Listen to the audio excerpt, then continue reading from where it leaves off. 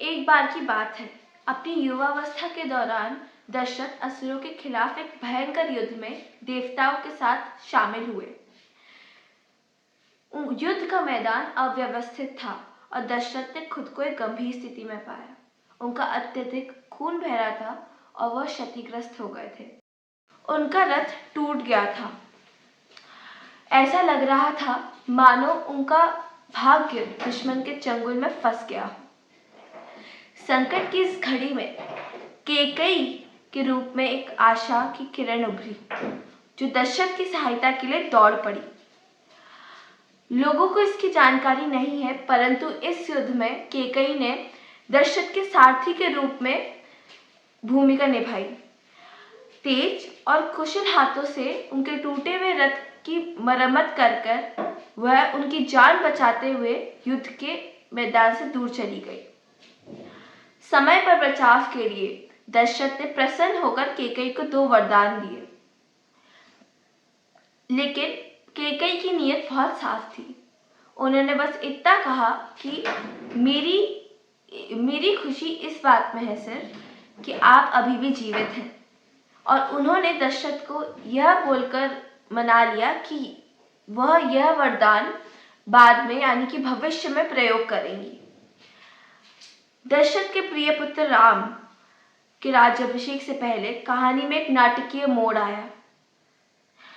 कैकेयी को अपने वरदानों की याद आई और उन्होंने राजा दशरथ से उन वरदानों की मांग की। पहला वरदान यह था कि भरत का राज्याभिषेक किया जाए, और दूसरा वरदान यह था कि राम जी को वनवास दिया जाए, 14 वर्ष का वनवास दिया जाए। कर्तव्य और प्रेम के बीच असहाय और फंसे हुए दशरथ को कैकेयी की मांगों से सहमत होना पड़ा। वृद्ध राजा के लिए राम से अलग होने का भार बहुत अधिक था, और रात के सन्नाटे में दुख और दर्द के कारण उनकी मृत्यु हो गई। उनका अंतिम संस्कार भरत और शत्रुघ्न ने किया, जिन्हें कैकेयी राज्य से बुलाया गया, जो श्रवण कुमार के माता पिता के श्राप की पूर्ति का प्रतीक था। लगभग अयोध्या से 15 किलोमीटर दूर फैजाबाद गांव में दशरथ की समाधि है, जिसे बिलहर घाट के नाम से जाना जाता है। यह घाट सरयू नदी के तट पर स्थित है, जहां पे दशरथ का अंतिम संस्कार किया गया था। यह हिंदुओं के लिए बहुत ज़्यादा महत्व रखता है, क्योंकि यह प्रेम और कर्तव्य के नाम पर किए गए बलिदानों का प्रमाण है। श्रवण कुमार एक तेजस्वी और तपस्वी युवा थे। उनका जन्म एक ऐसे परिवार में हुआ था जिधर पिता वैष्णव संप्रदाय के थे और माता शूद्र जाति की थी। फिर भी अपने वंश की परवाह न करते हुए वह एक प्रतिभाशाली भिक्षुक थे। उनके माता पिता दोनों अंधे थे और श्रवण ही उनका एकमात्र सहारा थे। श्रवण अपने माता पिता की हर जरूरत का ख्याल रखते थे और उनकी देखभाल करते थे। श्रवण अपने माता पिता को एक बार पूरे देश की तीर्थ यात्रा के लिए ले गए थे। वह उन्हें अपने कंधों पर घड़ी रखकर 2 टोकरियों में ले गए थे। वे एक अज्ञात स्थान पर कुछ देर के लिए आराम करने के लिए रुके ही थे जब उनके माता पिता ने उनसे पानी की मांग की। समय ना व्यर्थ करते हुए श्रवण ने एक मिट्टी का बर्तन उठाया और वह पानी लेने चले गए। देवयोग से उसी समय युवा राजकुमार दशरथ हिरण का शिकार करने के लिए वहां गए थे। वह एक अंधेरी और तूफानी रात थी। दृश्यता कम थी और युवा राजकुमार उत्साहित थे। उनका अभी तक विवाह नहीं हुआ था और उनके पिता अभी भी राजा थे। वह एक कुशल धनुर्धर थे।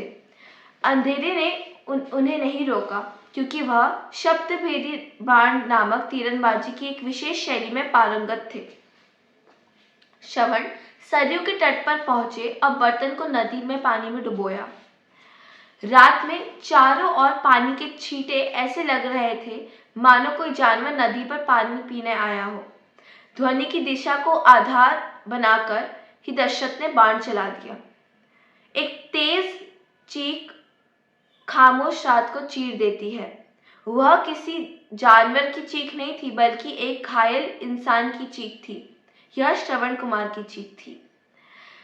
भयभीत होकर दशरथ खोजबीन करने के लिए दौड़े। उन्होंने श्रवण को दुर्घटना का कारण समझाया। दशरथ ने श्रवण पर शब्दभेदी बाण चलाया था। श्रवण ने उन्हें बताया कि उनके माता पिता अभी भी प्यासे हैं और उनके लिए पानी लाने के लिए प्रतीक्षा कर रहे हैं। मैं घड़ा भर ही रहा था, तभी आपने मेरे पे बाण चला दिया, उन्होंने कहा। दशरथ ने श्रवण की छाती से तीर निकाला, लेकिन घाव बहुत बड़ा था। अंतिम सांस लेने से पहले श्रवण कुमार ने कहा, जाओ और मेरे माता पिता को मेरी असमय मृत्यु का कारण बताओ। डर और पछतावे से भरे हुए दशरथ पानी का बर्तन उस झोपड़ी में ले गए जहां श्रवण कुमार के माता पिता श्रवण का इंतजार कर रहे थे। भारी मन से उन्होंने उन घटनाओं के बारे में बताया जिनके कारण उनके बेटे की मृत्यु हुई थी। अंधे बूढ़े जोड़े ने कहा, हमें हमारे बेटे के पास ले चलो, कम से कम हम उसका अंतिम संस्कार तो कर ही सकते हैं। दशरथ ने श्रवण कुमार के लिए चिता सजाई और उनका अंतिम संस्कार किया। तब बूढ़े माता पिता ने कहा, हे राजकुमार दशरथ, आप हमारे प्यारे बेटे को मारकर हमारी मृत्यु का कारण बने हैं। तुम भी अपने पुत्र के वियोग में हताशा और दुख से मर जाओगे। इसके बाद माता पिता दोनों ने जलती हुई चिता में कूदकर अपना जीवन त्याग दिया। Battle of gods and Demons.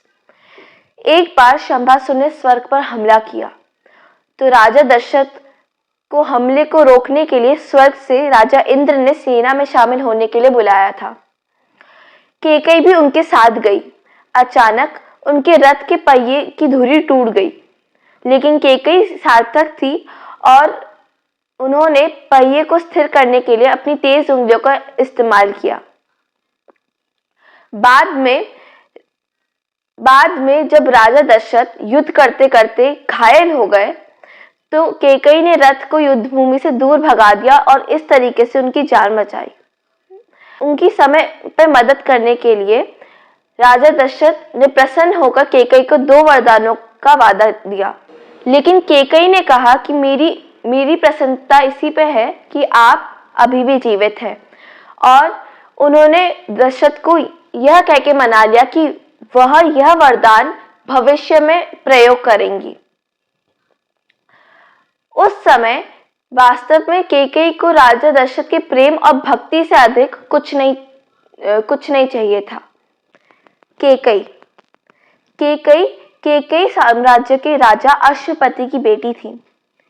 वह राजा दशरथ की 3 प्रमुख रानियों में से दूसरी और सबसे पसंदीदा रानी थी। वह मनमोहक रूप से सुंदर थी। दशरथ उनके युवान और सौंदर्य से प्रसन्न थे। वह सुंदर रूप और सबसे अधिक संपन्न थी। वह राजा दशरथ की भी बहुत ज्यादा प्रिय थी। दशरथ की अपनी पत्नियों से कोई संतान नहीं थी। विभिन्न ग्रंथों में उनकी पत्नियों और रानियों का अलग अलग संख्याओं में उल्लेख किया गया है। विभिन्न ग्रंथों में यानी कि वाल्मीकि रामायण और अध्यात्म रामायण में 350 रानियों का उल्लेख किया गया है, जिसमें 3 रानियां प्रमुख थी, कौशल्या, सुमित्रा और कैकेयी। निसंतान राजा होने के कारण संतान प्राप्ति के लिए दशरथ ने कैकेयी से विवाह किया था। विवाह के समय दशरथ ने कैकेयी के पिता से यह वादा किया था कि उनके बाद कैकेयी के गर्भ से जन्मे बच्चे को ही राजा बनाया जाएगा। हालांकि कई वर्षों के बाद भी बेटे के जन्म की उनकी इच्छा पूरी नहीं हो पाई।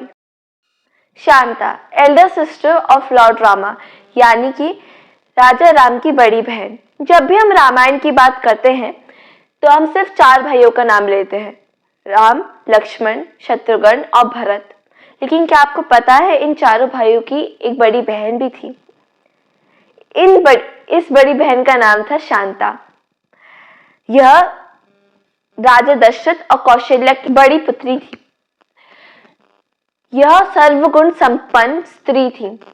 लेकिन एक बार क्या हुआ, अंगदेश के राजा रोमपद और उनकी पत्नी वैष्णवी राजा दशरथ और कौशल्या से मिलने अयोध्या आए। कौशल्या की छोटी बहन वैष्णवी थी, यानी कि शांता की मौसी।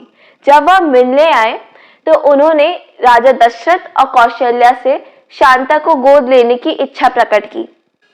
कौशल्या अपनी पुत्री से बहुत प्रेम करती थी, लेकिन वो अपनी बहन को भी निराश नहीं देख सकती थी। इसलिए उन्होंने अपनी बेटी यानी कि शांता को अंगदेश के राजा रोमपद और रानी वैष्णवी को गोद दे दिया। एक बार अंगदेश के गरीब ब्राह्मणों ने क्रोधित होकर राजा रोमपद को श्राप दे दिया, जिसकी वजह से अंगदेश सूखा पड़ गया। इस श्राप का समाधान जानने के लिए वह ऋषि रिंग के पास गए, जिनके समाधान की वजह से अंगदेश वापस हरा भरा हो गया। ऋषि रिंग के उपाय से प्रसन्न होकर राजा रोमपद ने शांता का हाथ ऋषि रिंग को सौंप दिया और ऋषि रिंग और शांता का विवाह कर दिया। हम आशा करते हैं कि आपको यह वीडियो अच्छी लगी हो। धन्यवाद।